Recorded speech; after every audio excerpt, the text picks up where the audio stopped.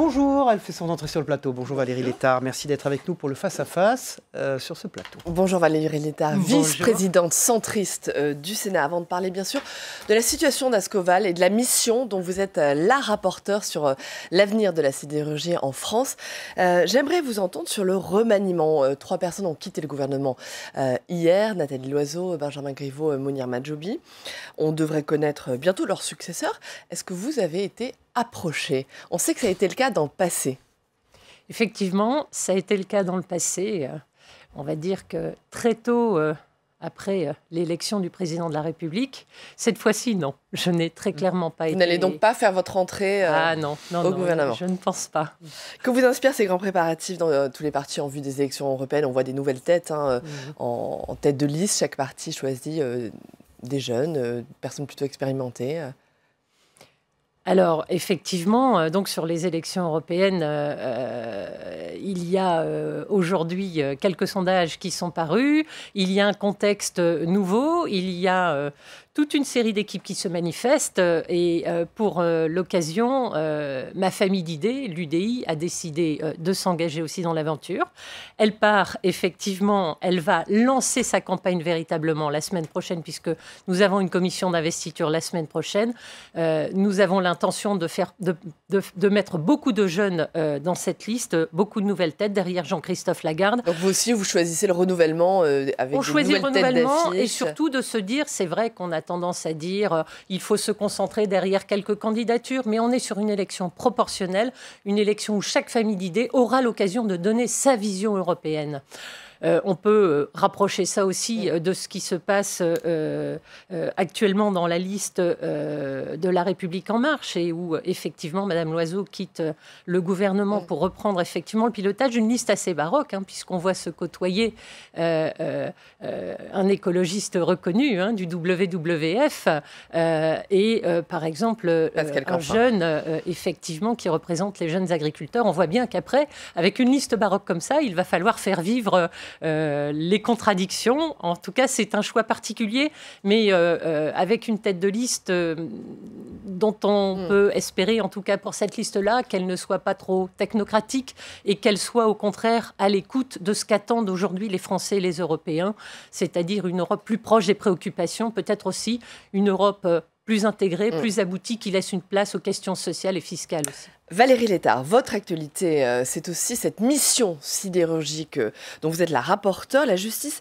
a décidé hier d'accorder un sursis à Ascoval pour trouver un repreneur. On va regarder ensemble un reportage de Béatrice Faisan qui vous a suivi justement sur le terrain. Pour comprendre les enjeux auxquels est confrontée la filière, des sénateurs sont partis sur le terrain dans le cadre d'une mission d'information. La densité ferraille c'est 1, la densité de l'acier c'est 7. Une deuxième fois on fond et là on a 100 tonnes. D'accord. Questionner, observer et comprendre quelle est la place de la sidérurgie dans l'industrie de demain, c'est tout l'enjeu de cette mission qui doit durer jusqu'à juin. Donc il y aura plusieurs déplacements. On a voulu commencer par les Hauts-de-France chez notre rapporteur Valérie Létard et dans 2 sites complètement emblématiques.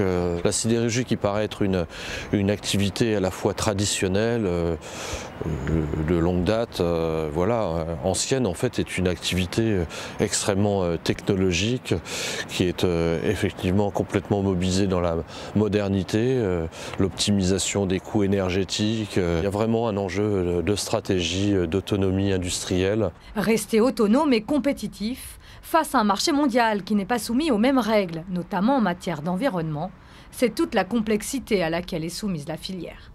Sur le site d'ArcelorMittal, à Dunkerque, même constat. Ici aussi, les déchets sont recyclés. 1,2 million de tonnes de ferraille par an. Et la ville de Dunkerque est même chauffée grâce à l'usine.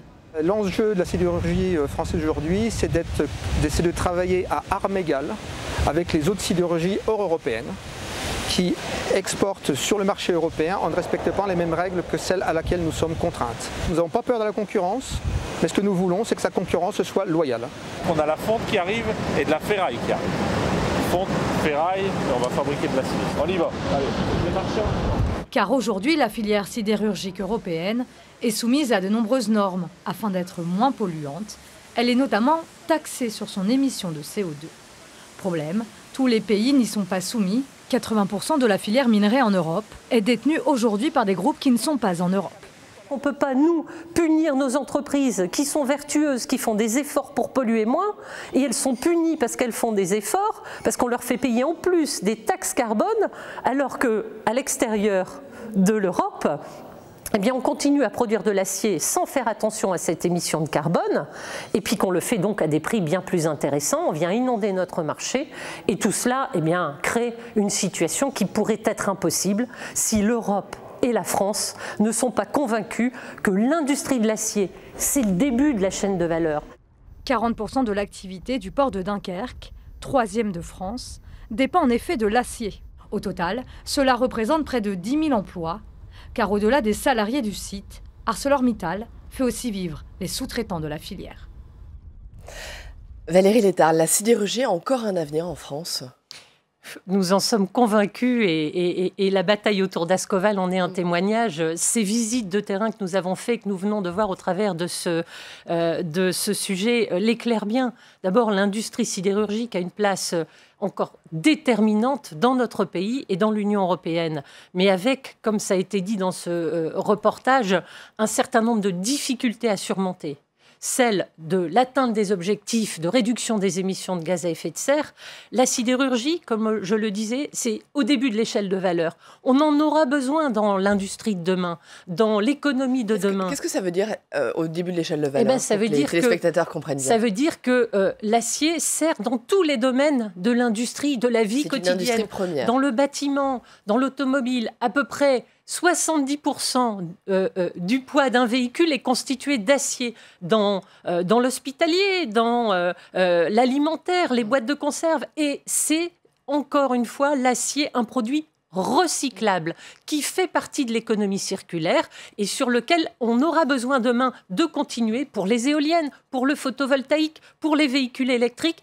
C'est complètement une industrie du XXIe siècle, à condition d'avoir accompagné sa transition d'une rive à l'autre, entre une industrie qui a besoin de réduire son émission de CO2 à une industrie propre et de veiller à ce que l'acier qui vient de l'extérieur des frontières de l'Europe, qui lui n'a pas fait les mêmes efforts et qui n'est pas impacté par les mêmes charges. C'est ça la question, c'est la question de la compétitivité. Comment on peut encore, nous en France ou en Europe, être compétitifs face aux géants asiatiques, notamment, qui écrasent toute la compétition, les coûts, les prix, les normes.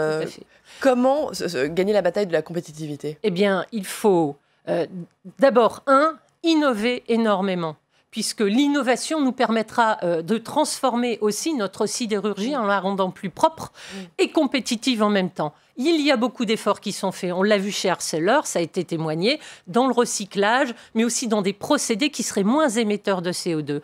Nous avons des usines, des aciéries électro-intensives. Ces aciéries électro-intensives, elles sont complètement en phase avec ces enjeux environnementaux puisqu'elles elles émettent beaucoup moins de CO2. Par contre, elles ont besoin d'une énergie qui soit régulée en termes de coût. Le prix de l'énergie est important. Aujourd'hui, il n'y a pas de visibilité sur le prix de l'énergie. L'Europe peut jouer un rôle. Et enfin, le dernier point qui est absolument majeur, alors les ressources humaines, mais surtout cette question d'une fiscalité, d'un ajustement carbone aux frontières de l'Europe est essentielle parce que sinon, eh bien, vous avez la question des normes imposées par l'Union européenne. Exactement. Et puis, du coup, carbone, on paye des quotas carbone, on doit en racheter quand on a une industrie qui émet du CO2, ce qui n'est pas le cas à l'étranger.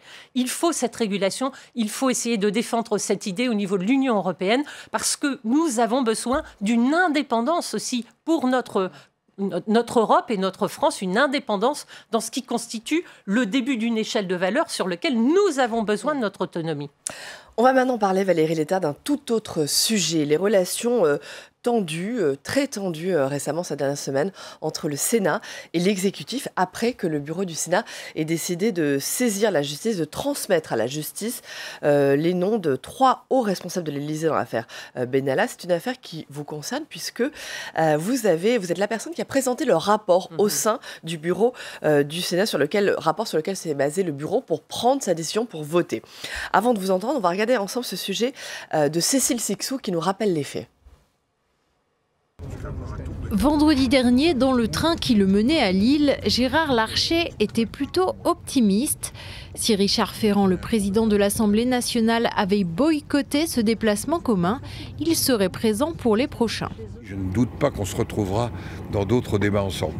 Mais ce ne sera pas le cas. Cette fois, à la demande de Richard Ferrand, Gérard Larcher laisse sa place et n'ira pas comme cela était prévu à Créteil vendredi pour débattre de la démocratie représentative devant des étudiants. Le président de l'Assemblée nationale n'a visiblement toujours pas digéré la décision du bureau du Sénat de saisir la justice pour 3 hauts fonctionnaires de l'Élysée dans le cadre de l'affaire Benalla.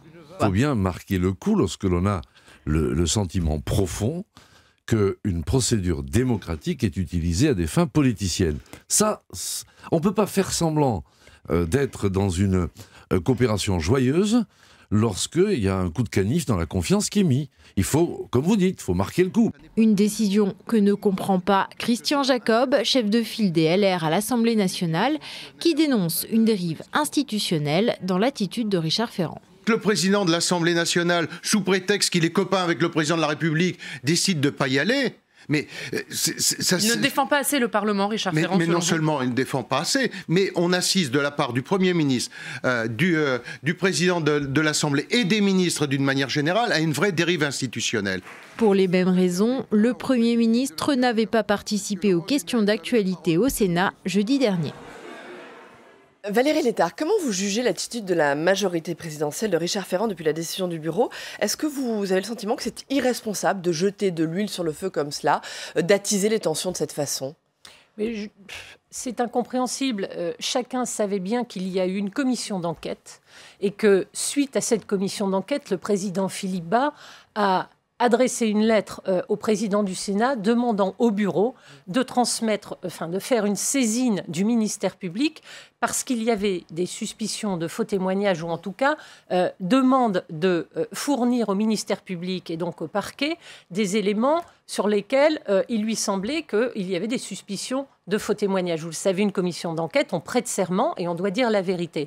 Il ne s'agissait pas de juger l'affaire Benalla, mais tout simplement de faire respecter le Sénat, ses outils. Si on ne respecte plus effectivement une commission d'enquête et ses prérogatives, cela pose problème. Après, il ne fallait pas en faire une affaire politique. C'est ce que nous avons essayé de faire, en posant d'un point de vue totalement juridique, l'explication et l'exposé de la lettre de saisine du président Bas. Ce qui a valu effectivement que nous transmettions, comme le communiqué de presse que nous avons présenté le dit, eh bien, une lettre de saisine où nous disions bien au ministère public que pour effectivement l'ensemble des personnes sur lesquelles nous avons été saisis par M. Bas, eh bien, les éléments étaient catégorisés de telle façon. Le droit, rien que le droit. Donc, on a beaucoup parlé des pressions qu'auraient subies les sénateurs dans cette affaire pour épargner l'Élysée et les proches d'Emmanuel Macron. Est-ce que vous avez le sentiment de ne pas avoir travaillé sereinement dans la prise de décision ?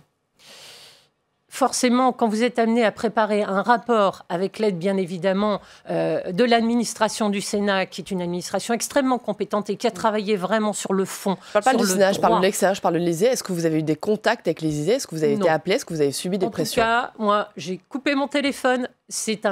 J'avais un rôle qui était un rôle extrêmement sensible.